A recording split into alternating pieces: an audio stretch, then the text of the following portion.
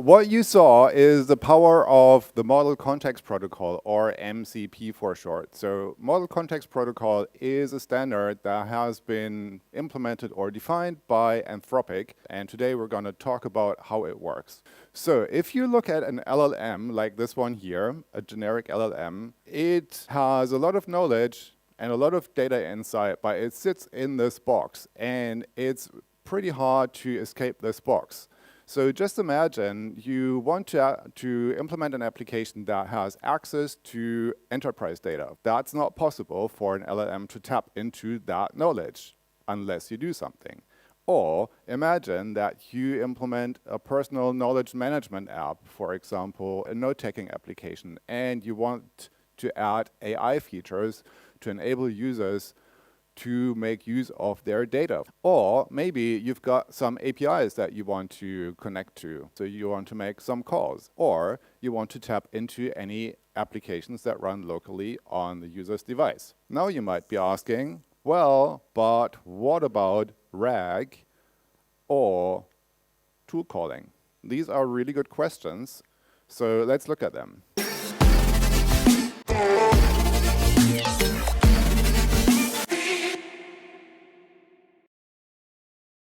Awesome. So my talk today is going to be about the Model Context Protocol. And if you're wondering what that is, you hopefully will learn what it is throughout the course of this talk.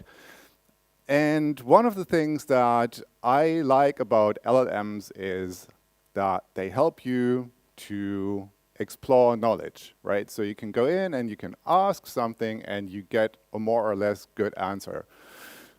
Or you get a joke.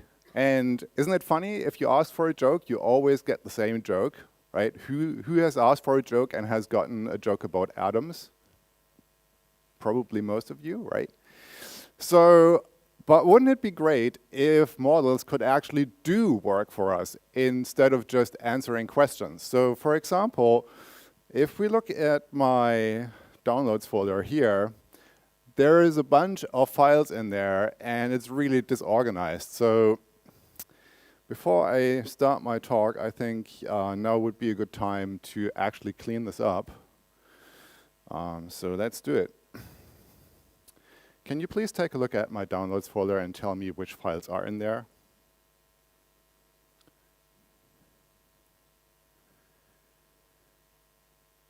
So this is Claude, and you might be surprised why a Google guy uses a tool by the competition, but you'll find out in a couple of minutes.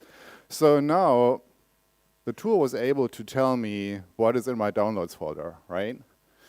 So it showed me all the files. It even showed the hidden files like the ds_store file and the .localized file. So now let's try something. Can you please organize my files by, I don't know, by purpose?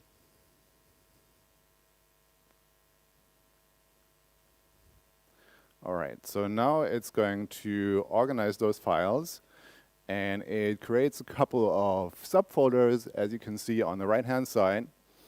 And after it's created all those directories, it will start moving the files.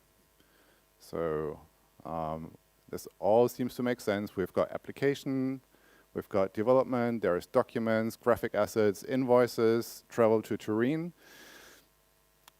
And now it's starting to move all those files.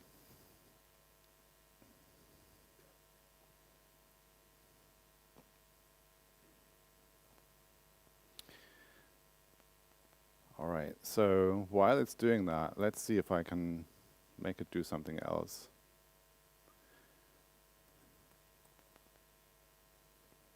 Can you play some music? Let's listen to Jamiroquai. Oh. Jamiroquai.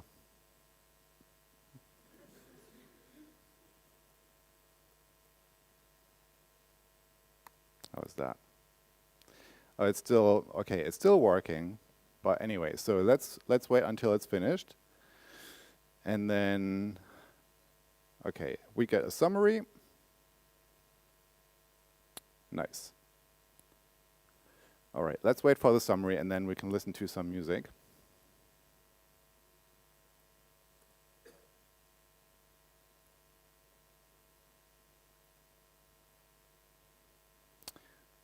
And just to double check, so all the files are nicely organized. So these are some invoices. These are some pictures of Turin, some other graphic assets.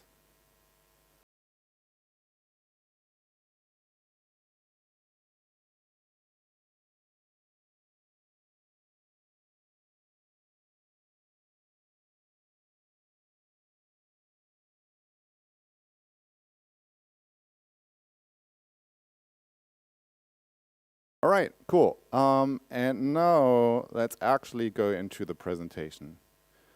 Please start my presentation. Oh no, not stop. Wait.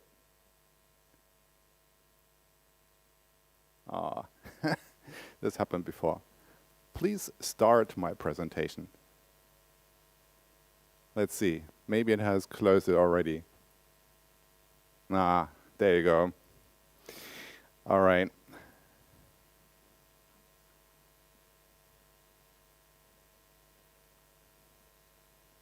Okay.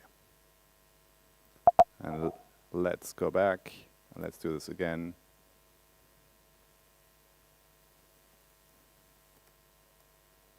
So better be on the safe side. Ah, come on, there is a presentation. Let's see, is everything registered? Yeah, there is. Try again. Start my.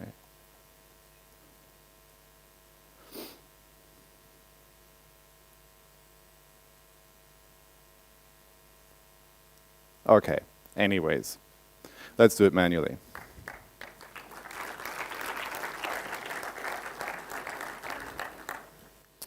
All right, so what you saw is the power of the Model Context Protocol, or MCP for short. So Model Context Protocol is a standard that has been implemented or defined by Anthropic, and other people can use it in their systems. And today we're going to talk about how it works. So if you look at an LLM like this one here, a generic LLM, it has a lot of knowledge and a lot of data insight, but it sits in this box, and it's pretty hard to escape this box. So just imagine you want to implement an application that has access to enterprise data, for example, your product catalog.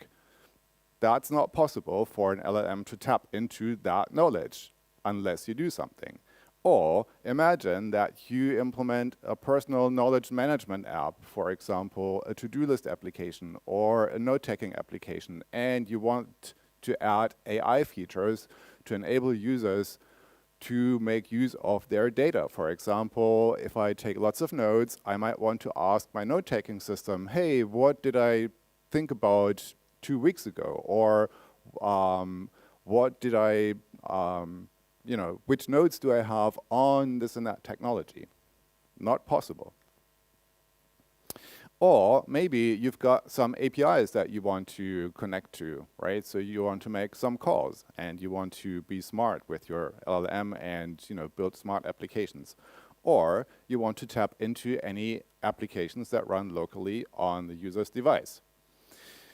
So now you might be asking, well, but what about RAG or tool calling?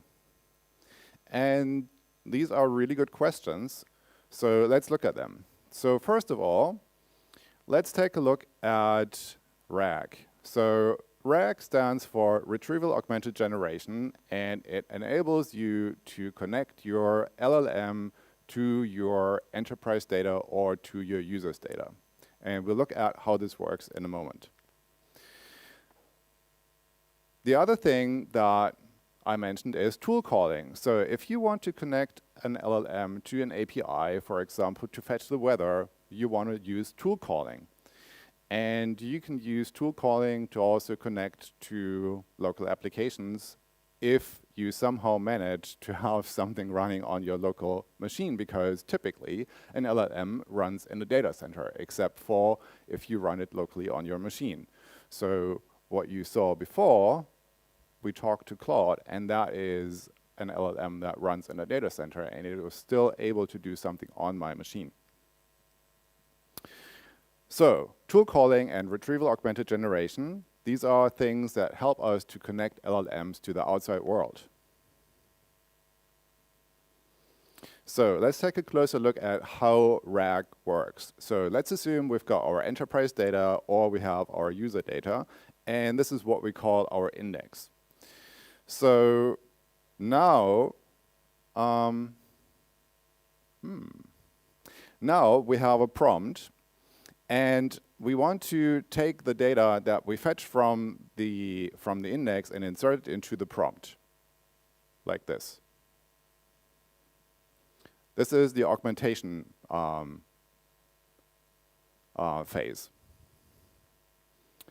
And then we send this augmented prompt to our LLM, and the LLM answers the question. So for example, the user might have asked a question about a product database, right? So the user might have asked, I want to search for products that are red and which I can use to, or which I can combine with any existing items. Or I need a gift for my nephew, and I want to give them something that they can combine with their existing toys. And they are so and so many years old. So you take this information, inject it into the prompt, retrieve the data from the database that matches, and inject that into the prompt, and then send it to the LLM to generate an answer. This is how retrieval augmented generation works. Okay. So let's look at this again and actually see the user's query. So here's the query. We send in the query, we retrieve the data, we inject it into the prompt, like this, boom. So here's our augmented prompt. It now contains information from the database. So it contains all the toys that might be interesting. And now this is, will be sent to the LLM, and we get the response. So retrieval augmented generation. Let's look at tool calling. So let's imagine that we have a calendar, that we have a drive, Google Drive, for example, and we have a weather API. And now we want to use those tools. So here is an LLM. And if we want to connect this LLM to those APIs, we'll have to write what's called a tool. So we'll write a calendar tool. And then we will write a drive tool. And then we will write a weather tool.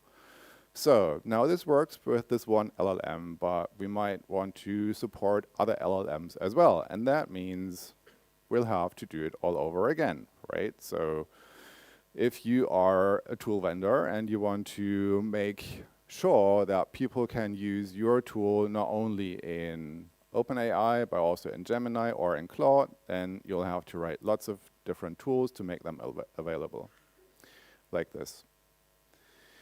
And this obviously doesn't really scale. So in comes the Model Context Protocol, and their claim is it is the USB port for AI applications. USB stands for Universal Serial Bus, and it allows us to connect almost any device to any other device, right? And USB-C specifically is a nice form factor because so many devices support it. And this is the idea behind MCP, so that you can implement your connector once and make your tools available to all sorts of AI tools. So let's take a look at that. So here we have our local system. And in the local system, we have a host. And the host can be an IDE, or it can be a chatbot. And in the beginning, you saw that I used Claude as my chatbot, which ran locally. So this is the host.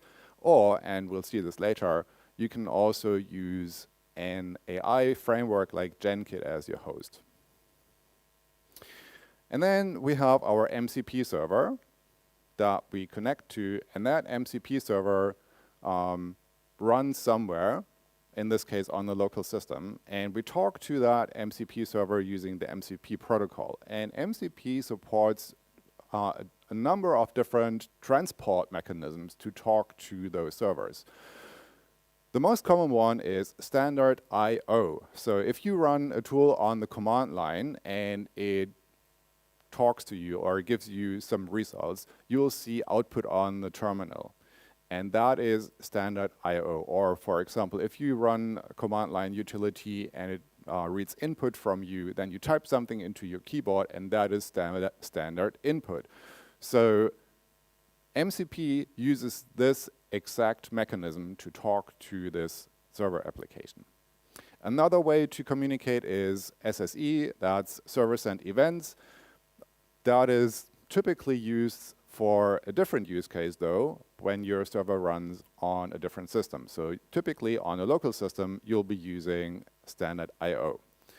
And then this server connects to a data source. So in our case, in the beginning, you saw that my MCP server talked to the file system, and that is a data source.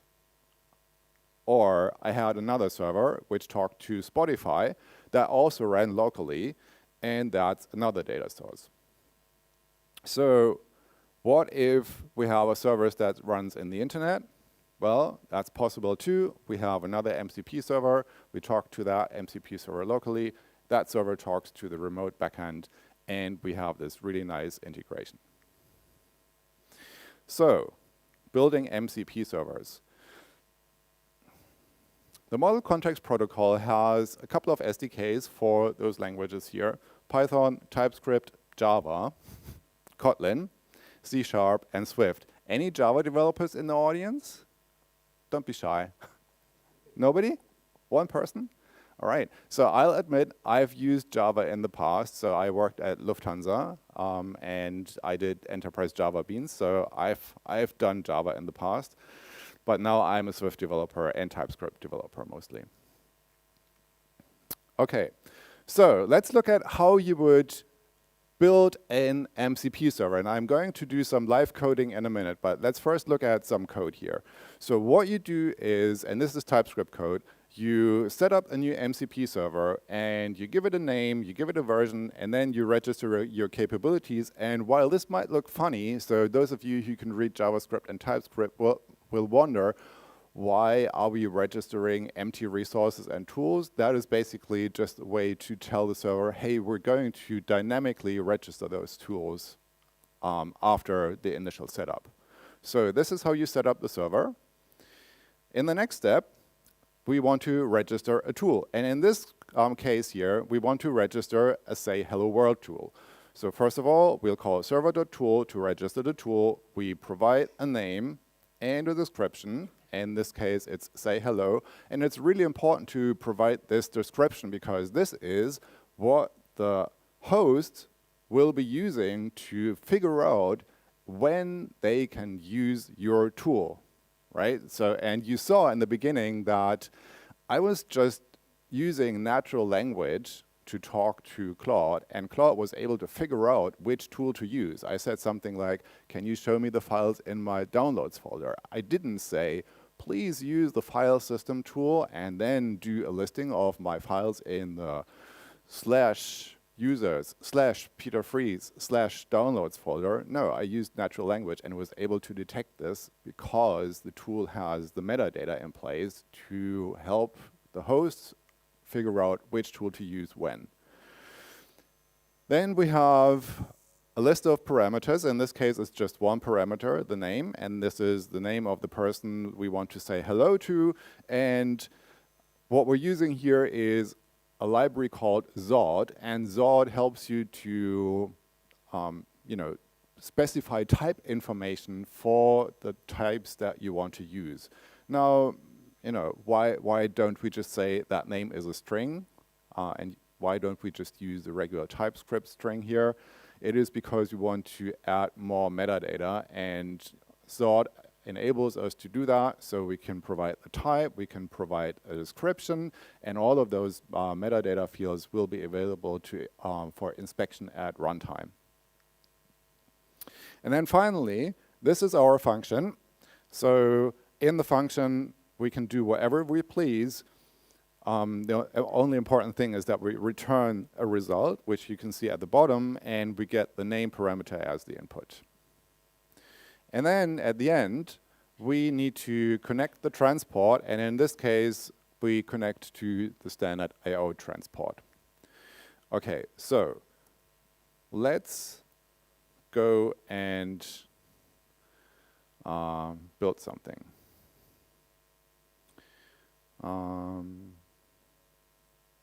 Here we go.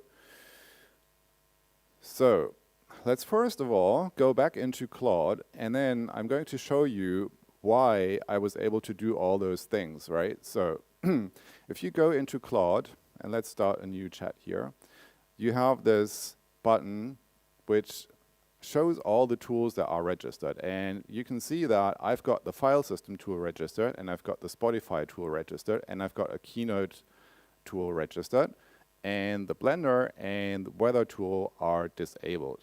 And if I go into this file system tool, I can see all those different tools that are registered. So let's try something. Show me all the files in my download folder. So now the MCP server for the file system is disabled, and now it says I don't have the ability to view your files on the folder on your computer. Now let's turn this on again. Please show me all the files in my downloads folder.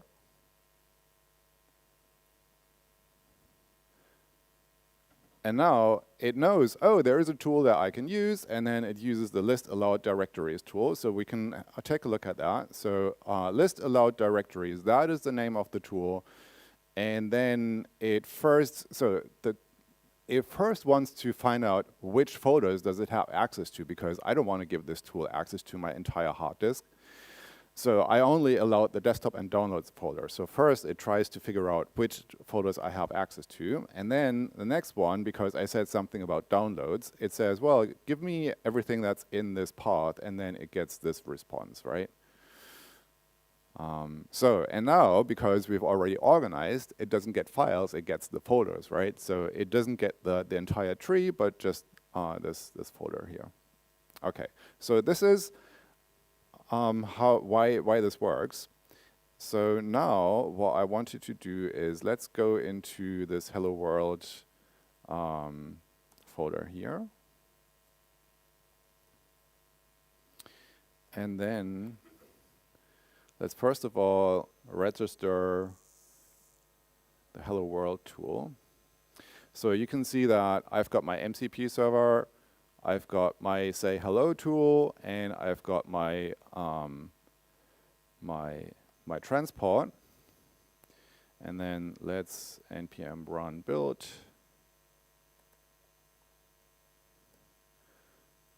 So this builds, and then I'm going to reveal the output in Finder. I'm going to copy that as a path name, and then I'm going to register this in Claude. So let's go into Claude, go into settings, go to developer settings, edit the configuration, and then this configuration is a JSON file. I'm going to open this in Cursor as well. And then, so this is a Node application. So let me just paste the path here. Oops. And then I'm going to make a copy of this one.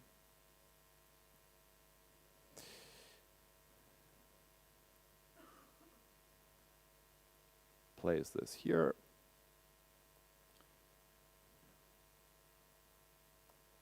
And then we'll have to rename it Hello World. That's great. Okay, so now, unfortunately, Claude does not have auto discovery, so we'll have to kill Claude and then start it again.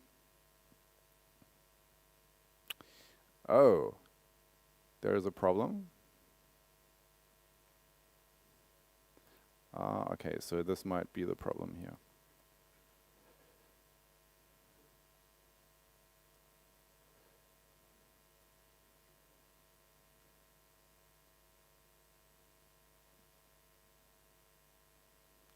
Okay, this looks better.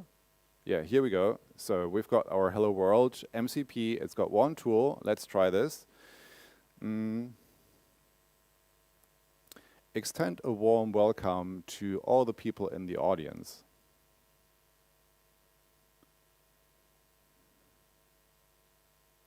Ah, okay. So that was not the tool. Say hello to everybody in the audience.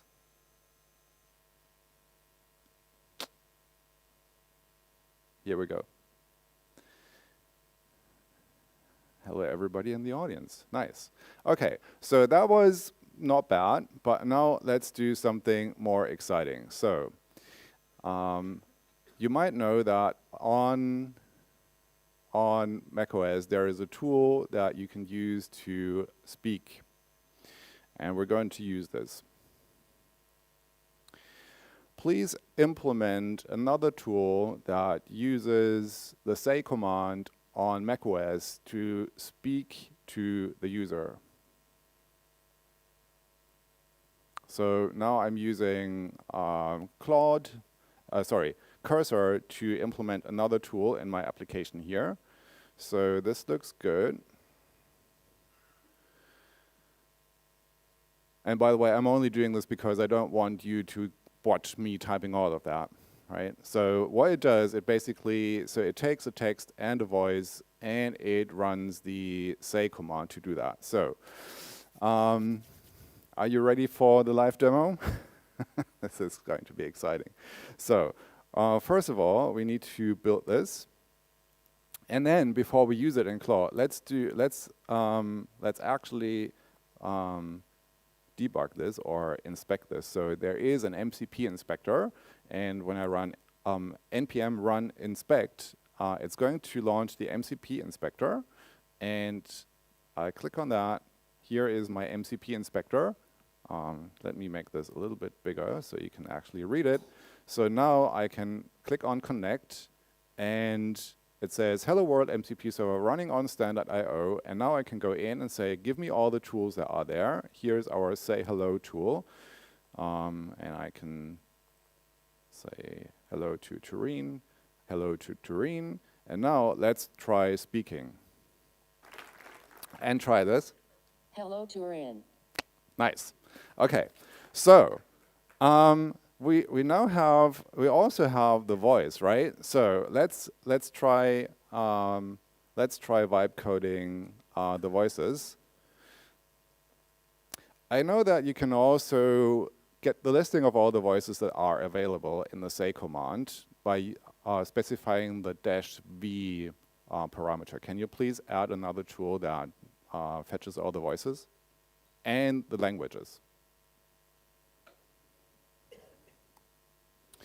Okay, let's see how that goes. Okay, here we go. List voices, sounds good. Okay. Let's build this again. Run the inspector again. Okay, it's running. Restart. Clear. Get the tools, list the voices. And okay, so there is an Italian voice, it's called Alice. So let's try what she has to say.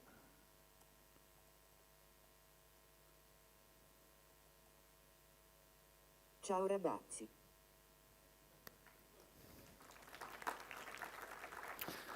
All right, so now let's so we've got our hello world is still registered. So if we kill Claude and then start it again,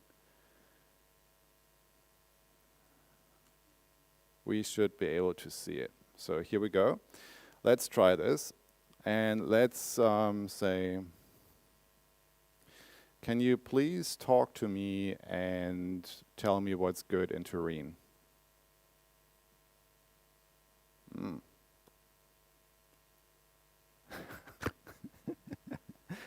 Okay, let's try again.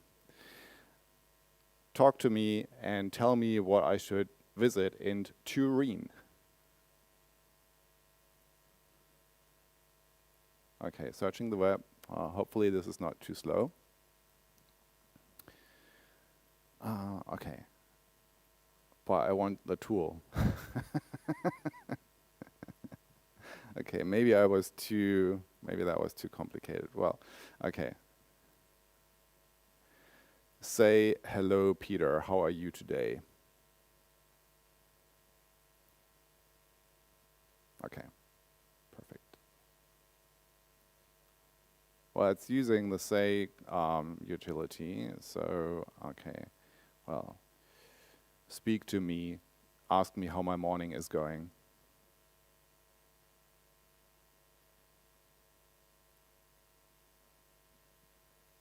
There you go.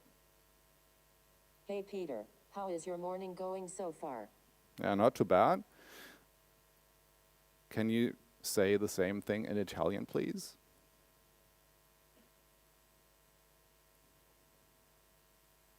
Ciao Peter, come sta andando la tua mattinata? Well, okay. And now please use an Italian voice.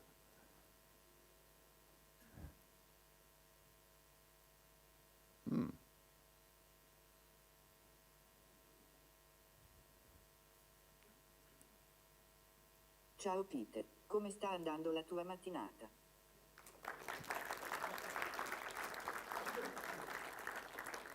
All right.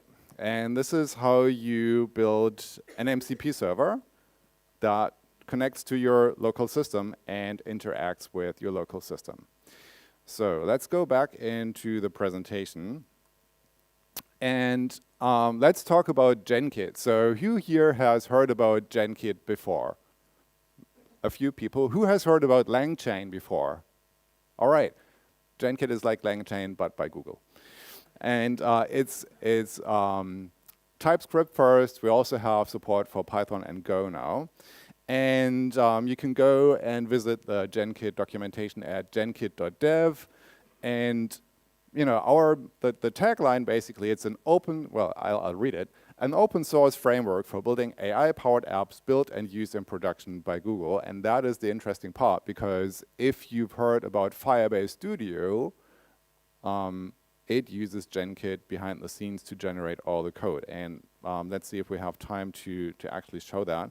But first, let me go and show you another sample. So I've got this expense report thing here.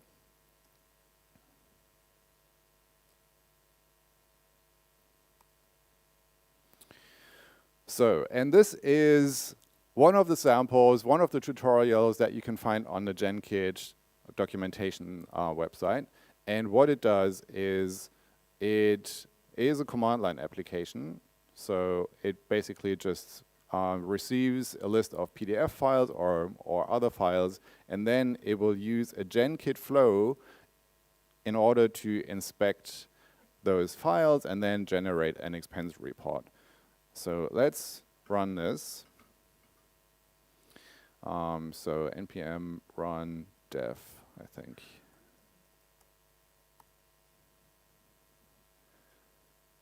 Okay, so, and now I have this developer UI, and let's see what it's doing. So it should now be reading my files. Okay, let's see if this worked. So, oh no, what happened? Oh, I know what happened. What maybe happened. Request aborted. Okay. So there are two things. One is my presenter software might be getting in the way. Oh no, what's happening? Okay.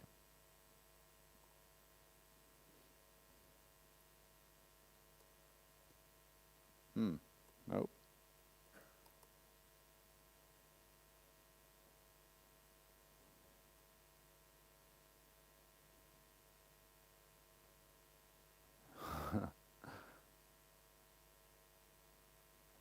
Okay. Okay, I have no idea why this is not working at the moment. Let's try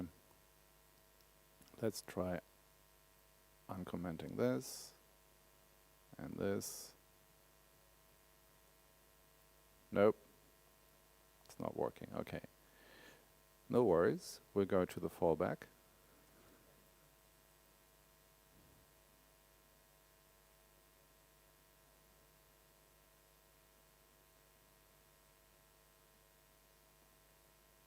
Okay, npm run build.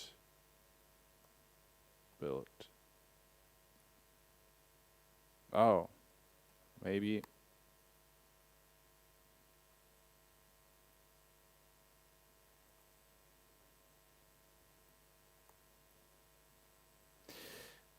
Okay.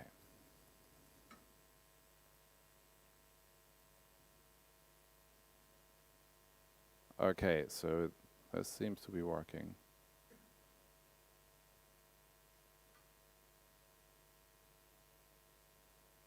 Okay, okay, nice.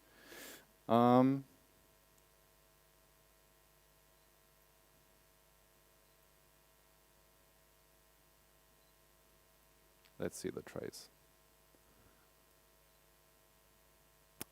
Oh, come on.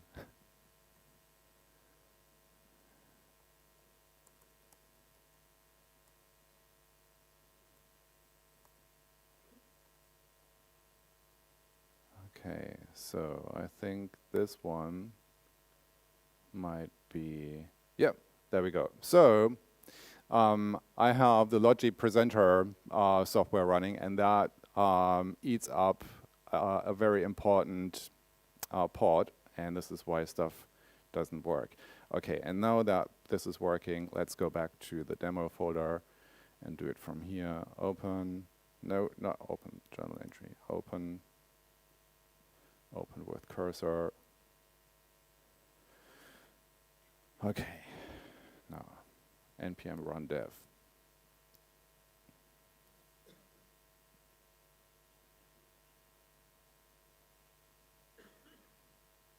Okay, so this now reads the all the files that I'm passing. So you know, all those files here, and then it should have generated. Let's build this again. It should generate an expense report.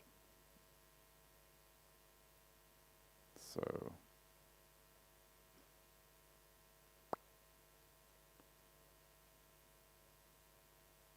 all right. No. Why?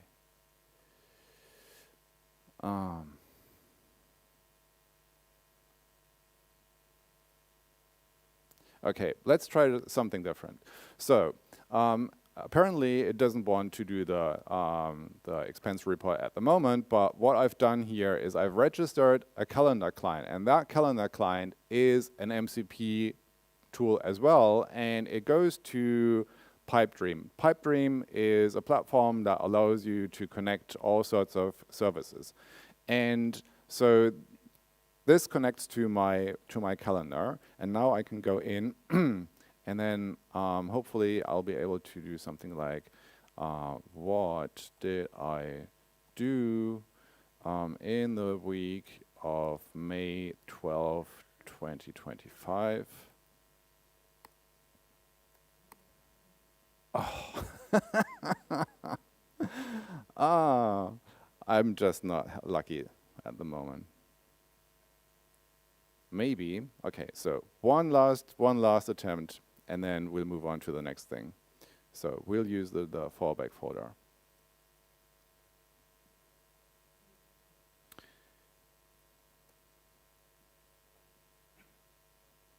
Okay. Because here it did work, as we can see.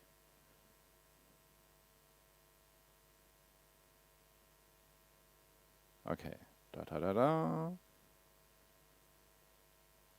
And let me open this. Dang. Well, but maybe we can still inspect one of the, no, we can't. So sorry about that. I don't know what is going on.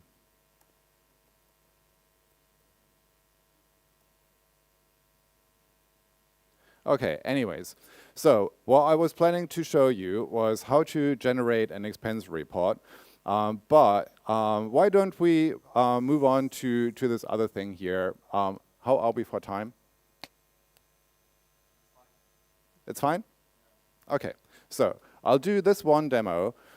So this one is a vibe-coded demo that runs in Firebase Studio, and it uses Genkit behind the scenes as well. So this is how I built it. So the prompt is, please help me build an app that can generate an expense report, right? And I can now go in and pick one of the invoices. So for example, let's pick this hotel invoice. And then behind the scenes, it uses Genkit to send this data to Gemini and analyze what's in the expense report. And it was able to say, well, okay, so this was in your invoice, and here's your expense report. So and let's try another file. So for example, this one here, which is in Macedonian dinar. So let's see if how it deals with that. Extract data. So it has access to a number of tools. One of them is a tool for currency conversion. So it's now trying to convert this into euros. So it says, well, you know, the invoice was for 6,820 Macedonian dinar, which amounts to roughly 110 euros. And if we look behind the scenes, we can see the code that was generated for this entire application. And the AI part is in the AI folder. And if we look into this flow here, we can see that we've got this prompt which says, you are an expert financial assistant. Your tasks are to extract data from the provided receipt. Here is how the input data is formatted. Here is what's expected in terms of the output data. And that, again, is connected to a front end, which you can see here on the side.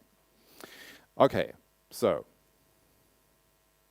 let's do one final demo, and let's hope that the demo gods are happy with me.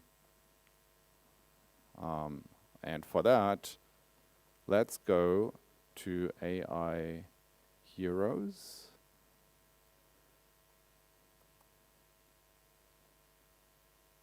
And go to the agenda.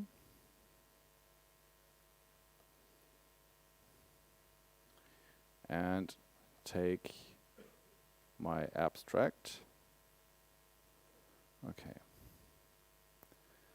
I need to do a talk. Can you help me build the slides?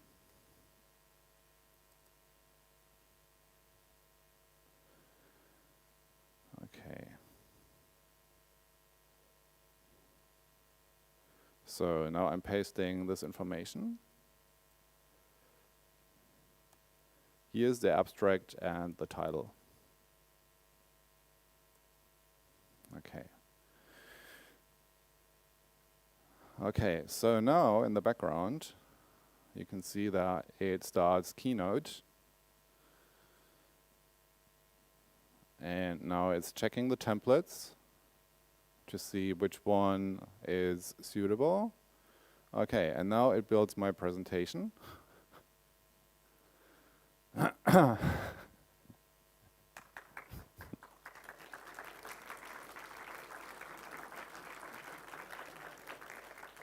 So if you wait for a little while, it will create the entire presentation. And it's actually not bad, right? So all I did was to write this MCP server, which can talk to Keynote using AppScript, and it will create this presentation for me. And let's terminate this because, you know, I think we're already a little bit over time, and then go to the end of the presentation. Da, da, da, da, da. This is what we saw, and thanks.